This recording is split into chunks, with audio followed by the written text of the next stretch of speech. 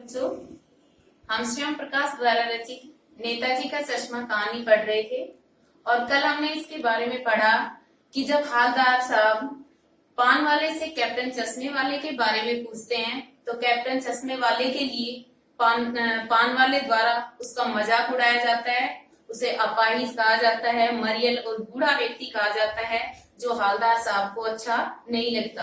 हालदार साहब को एक देशभक्त व्यक्ति का इस तरह मजाक उड़ाया जाना अच्छा नहीं लगता है और वो बहुत दुखी हो जाते हैं।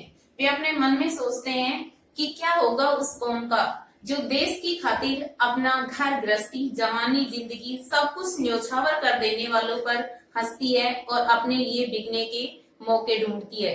धीरे धीरे समय बीत जाता है और लगभग 2 साल के पश्चात जो कैप्टन चश्मे वाले की मृत्यु हो जाती है और कैप्टन चश्मे वाले की मृत्यु के पश्चात नेताजी की मूर्ति पर चश्मा देखने को नहीं मिलता है। हालदार साहब को नेताजी की बिना चश्मे वाली मूर्ति अच्छी नहीं लगती है और इसके बारे में वे पान वाले से पूछते हैं। पान वाले के द्वारा उन्हें बताया जाता है कि कैप्टन चश्मे वाले की मृत्यु हो चुकी है और इस बार पान वाला दुखी था। तो आगे कहानी में हम पढ़ेंगे कि क्या कैप्टन चश्मे वाले की मृत्यु के पश्चात किसी ने नेताजी की मूर्ति पर चश्मा लगाया या नहीं लगाया, और लगाया तो किस प्रकार का चश्मा लगाया, इसके बारे में हम कहानी में पढ़ेंगे जो इस प्रकार है। हालदार साहब को पान वाले द्वारा एक देशभक्त का इस तरह मजाक उड़ाया जाना अच्छा नहीं लगा। मुड़कर देखा तो अवाक रह गई। एक बेहद बूढ़ा मरियल सा लंगड़ा आदमी, सिर पर गांधी टोपी और आंखों पर काला चश्मा लगाए, एक हाथ में छोटी सी संदूकची और दूसरे हाथ में एक बांस पर टंगे हुए बहुत से चश्मे लिए अभी अभी एक गली से निकला था और अब एक बंद दुकान के सहारे अपना बांस टिका रहा था।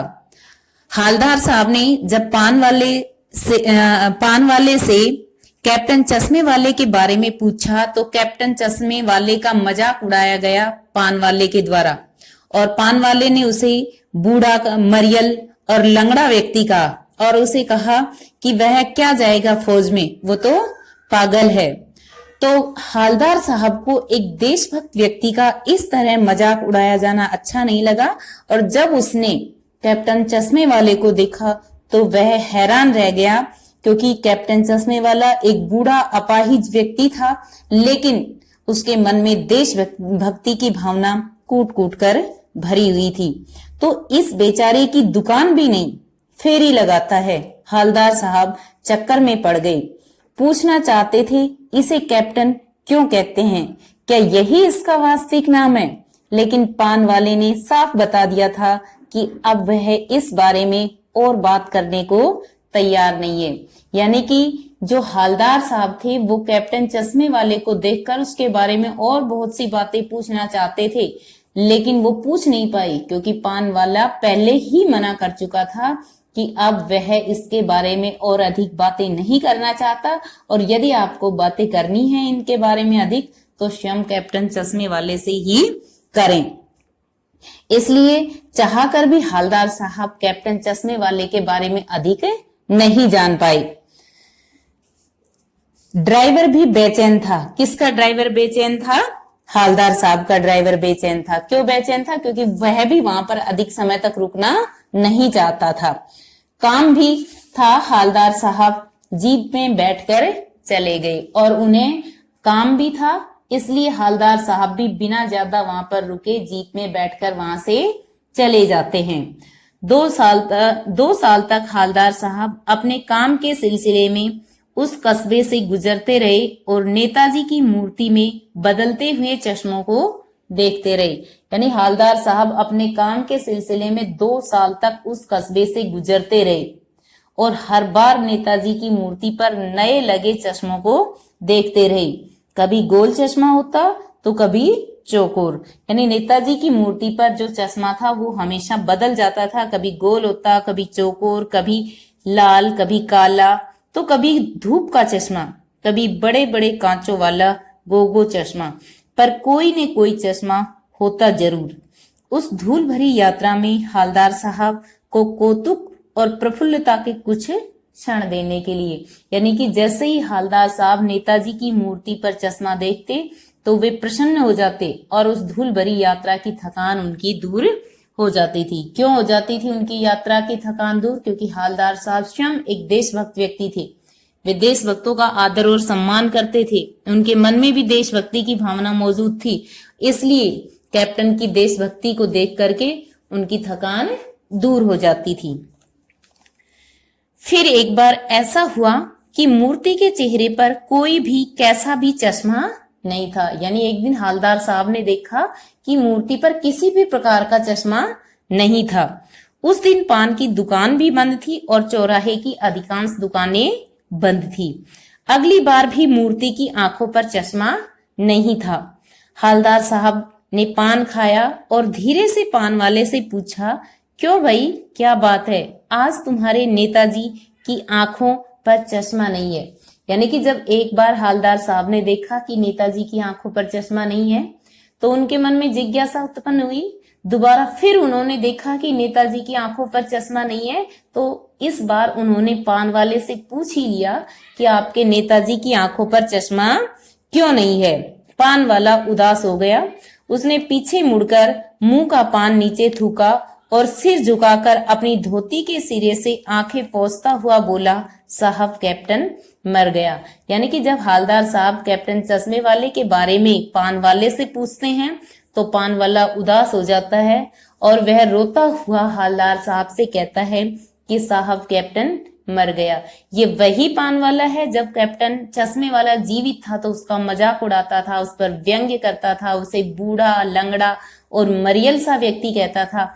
आज उसकी मृत्यु के पश्चात इस पान वाले को उसकी वास्तविकता का एहसास हुआ है और उसके लिए ये दुखी है। और कुछ नहीं पूछ पाए हालदार साहब। हालदार साहब कैप्टन चश्मे वाले जैसे देशभक्त की मृत्यु का समाचार सुनकर बहुत दुखी हो गए और वे पान वाले से और अधिक कुछ भी नहीं पूछ पाए। कुछ पल चुपचाप खड़े रहे, फिर पान के पैसे चुकाकर जीप में आ बैठे और रवाना हो गए। रवाना हो गए मीन्स वहां से चले गए। यानी कि पान के पैसे दे करके और जो हालदार साहब हैं वो वहां से चले जाते हैं क्योंकि उन्हें कैप्टन चश्मे वाले जैसे देशभक्त की मृत्यु पर बहुत अधिक दुख होता है। जो एक सच्चा देशभक्त है, जो निस्वार्थ भाव से देश की सेवा करता है, देशभक्तों के प्रति आदर और सम्मान की भावना रखता है। बार बार सोचते क्या होगा उस कौम का जो अपने देश की खातिर घर गृहस्थी, जवानी, जिंदगी सब कुछ होम कर देने वालों, होम का मतलब होता है बलिदान कर देने वालों पर हंसती है और अपने लिए बिकने के मौके ढूंढती है। दुखी हो गई। अब हालदार साहब जैसे ही गाड़ी में बैठकर रवाना होते हैं तो वो मन ही मन सोचते हैं कि क्या होगा उस कौम का, यानी उस जाति का क्या होगा जो देश के लिए अपना जीवन, अपनी जवानी, जिंदगी, गृहस्थी सब कुछ नष्ट कर देने वाले लोगों पर जो जाति हंसती है और स्वयं को ही सर्वश्रेष्ठ मानती है, दूसरों का उपहास करती है, ऐसे लोगों का क्या होगा। दुखी हो जाते हैं हालदार साहब ये सब बातें सोचकर। 15 दिन बाद फिर उसी कस्बे से गुजरे। यानी कि उनके काम के सिलसिले से उन्हें हर बार कस्बे से गुजरना पड़ता था तो 15 दिन बाद वे फिर उसी कस्बे से गुजरते हैं।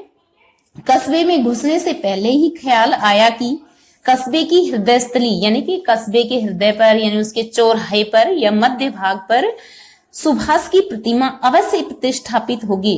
प्रतिष्ठापित का मतलब होता है स्थापित होना, लेकिन सुभाष की आंखों पर चश्मा नहीं होगा। यानी हालदार साहब ने सोचा जब जैसे ही वो 15 दिन बाद वापस दोबारा कस्बे से गुजरते हैं कि भाई जो कस्बा है वो वहीं पर मौजूद है और नेताजी की मूर्ति भी अवश्य स्थापित होगी, लेकिन मूर्ति पर चश्मा नहीं मिलेगा। क्यों नहीं मिलेगा? क्योंकि मास्टर बनाना भूल गया और कैप्टन मर गया।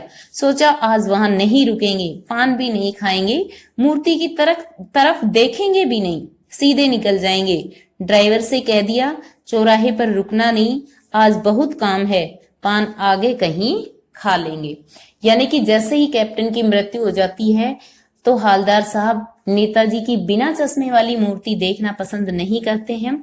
इसलिए जब भी अगली बार वो उस कस्बे से गुजरते हैं वो अपने ड्राइवर से पहले ही कह देते हैं कि इस बार उस कस्बे में ना रुकेंगे और न ही पान खाएंगे। और जैसे ही वो वहां से रवाना होते हैं, ऐसा क्यों कहते हैं हालदार साहब? क्योंकि उन्हें पता था कि अब उन्हें नेताजी की बिना चश्मे वाली मूर्ति देखने को मिलेगी। और हालदार साहब भी एक देशभक्त थे और वो भी नेताजी की बिना चश्मे वाली मूर्ति देखना पसंद नहीं करते थे। इससे ये मानते थे कि ये नेताजी सुभाष चंद्र बोस का अपमान है, इसलिए वो कस्बे में रुकने से मना करते हैं। दूसरा, कैप्टन चश्मे वाले जैसे देशभक्त व्यक्ति की मृत्यु हो जाती है, जो शहीदों का और जो देश के स्वतंत्रता सेनानी है उनका सम्मान करता था, इसलिए वह कस्बे में नहीं रुकना चाहता है। लेकिन आदत से मजबूर आंखें चौराहा आते ही मूर्ति की तरफ उठ गई। कुछ ऐसा देखा कि चीखे, रोको। जीप स्पीड में थी, ड्राइवर ने जोर से ब्रेक मारी। रास्ता चलते लोग देखने लगे। जीप रुकते न रुकते हालदार साहब जीप से कूदे और तेज तेज कदमों से मूर्ति की तरफ लपके और उसके सामने जाकर अटेंशन में खड़े हो गए। मूर्ति की आंखों पर सरकंडे से बना छोटा सा चश्मा रखा हुआ था। सरकंडे का मतलब होता है घास फूस, जैसा कि बच्चे बना लेते हैं। हालदार साहब भावुक हैं, इतनी सी बात पर उनकी आंखें भर आई। यानी कि अब जैसे ही वहां से गुजरते हैं, उनके मन में विचार था कि कस्बे में अब नहीं रुकना है, लेकिन जब वो वहां से गुजरते हैं तो हालदार साहब की आंखें मूर्ति की तरफ उठ जाती हैं और वो मूर्ति पर कुछ अलग से देखते हैं। वो देखते हैं कि मूर्ति पर सरकंडे का चश्मा लगा हुआ है। तो वो अचानक गाड़ी रुकवाते हैं, मूर्ति के सामने जाकर अटेंशन मुद्रा में खड़े हो जाते हैं और भावुक हो जाते हैं। भावुक क्यों हो जाते हैं हालदार साहब? एक बच्चे की देशभक्ति को देख करके हालदार साहब भावुक हो जाते हैं, क्योंकि उन्हें पता था कि ये जो सरकंडे का चश्मा बनाया गया है ये किसी बच्चे के द्वारा बनाया गया है। इसलिए एक बच्चे की देशभक्ति को देख करके हालदार साहब भावुक हो जाते हैं। तो इस पाठ के माध्यम से लेखक ने हमें ये संदेश दिया है कि हमें देशभक्तों का आदर और सम्मान करना चाहिए और अपने अंदर भी, तथा जो युवा पीढ़ी है या देश का जो भविष्य है, जो बच्चे हैं, उनमें भी देशभक्ति की भावना पैदा की जानी चाहिए ताकि देश को सुरक्षित रखा जा सके और देशभक्तों और शहीदों का सम्मान किया जा सके। पाठ के माध्यम से यह संदेश लेखक के द्वारा पाठकों को दिया गया है।